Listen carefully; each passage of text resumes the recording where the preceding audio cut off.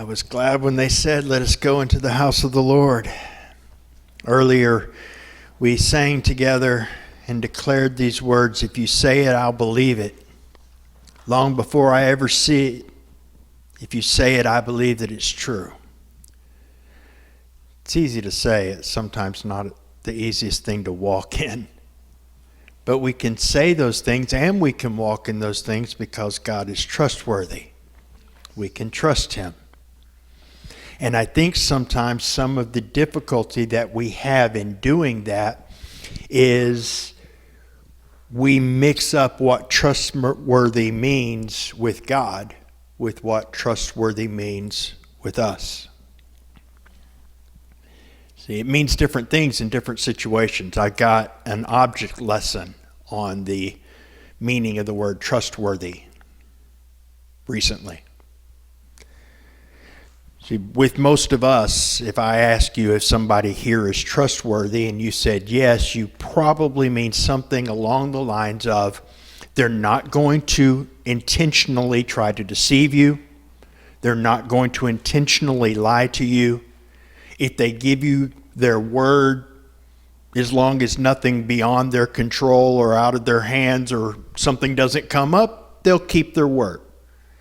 But it doesn't mean that you can just bet everything you own on anybody's word here, because stuff happens. Things get in the way. We get misinformed and we think we're right, but we're not. You know, I answer the question the best of my ability, and turns out while I was being fully honest as far as I knew, I was wrong. That's kind of how we look at trustworthy with people. They do their best to be honest. They do their best to keep their word. For those who don't know, I got my degree in journalism. And trustworthy with journalism means something a little differently. Or different, not differently. Ugh. You'd think somebody who was a journalism major could speak English. Trustworthy in journalism means something different. At least it used to. It used to mean that you check your facts. That you don't add your opinion if it's not an opinion piece, that you state, the facts, just the facts. And that you fact check so that everything is accurate. And if you fail to do those things, then you are not a trustworthy journalist, and people shouldn't go to you for their news. I don't know what it means to be trustworthy in journalism anymore. I'm kind of glad I'm not in the business the way things are going. But I recently, the last time I was in this slot right here, shared that sometimes God calls us to give up a good dream for something better. And I like to use illustrations.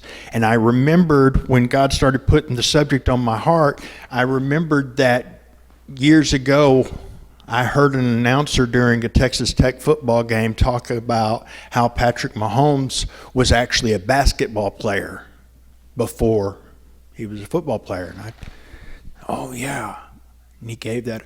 And so I did a search before I came up here. I did a search. And I found an article we're talking about how Patrick Mahomes played baseball and basketball and football in high school, but he was going to quit football for basketball, and his mother talked him out of it. So as far as I was concerned, I verified it. It was good. And I came up here and I used it as an illustration. Went home, edited, posted the message. Monday, I'm watching an interview with said Patrick Mahomes, and he said what he wanted to be when he grew up was a baseball player. His dad had played baseball. He didn't want to be an NBA player. He didn't want to play pro basketball. He wanted to play baseball, and if he couldn't be a baseball player, he wanted to be a lawyer. Basketball wasn't even the second choice. You have no idea how hard I had to fight not to yank that message off. To not, go put a bunch of notes on there. Oh, I screwed up. Because everything in me was saying, you're not being trustworthy. You messed up.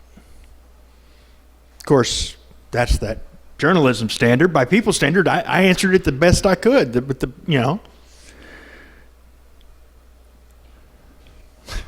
That's how he gives the credit to all those crazy throws he does. He says he's just out there playing shortstop instead of quarterback.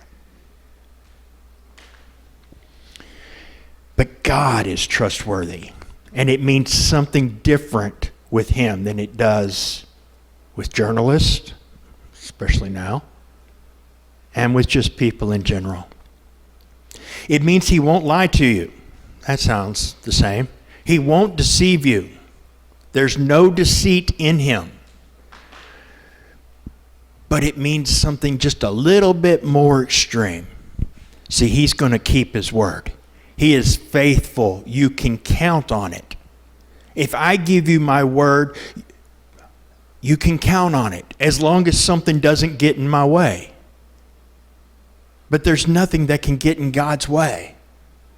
See, he's the only one who is really trustworthy. What those words mean, worthy to put our trust in, because he will not fail. There's nothing that can come up that's beyond his control. There's nothing that can come up that's above his power and his ability to handle.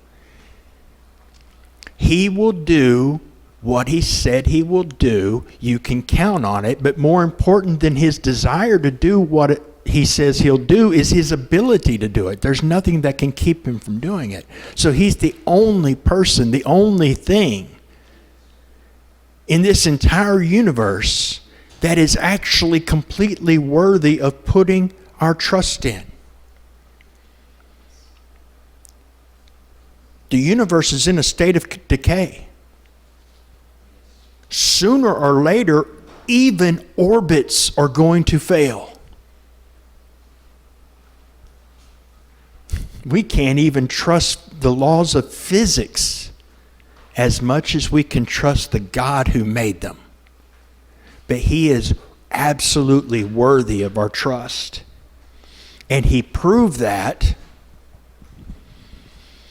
by dying in our place. When he said he would make a way where we had no way and could make no way, he did it. When he said that he had a plan to redeem mankind, he meant it. When he said that he would do all that was necessary, he did all that was necessary. When he hung on that cross and his broken body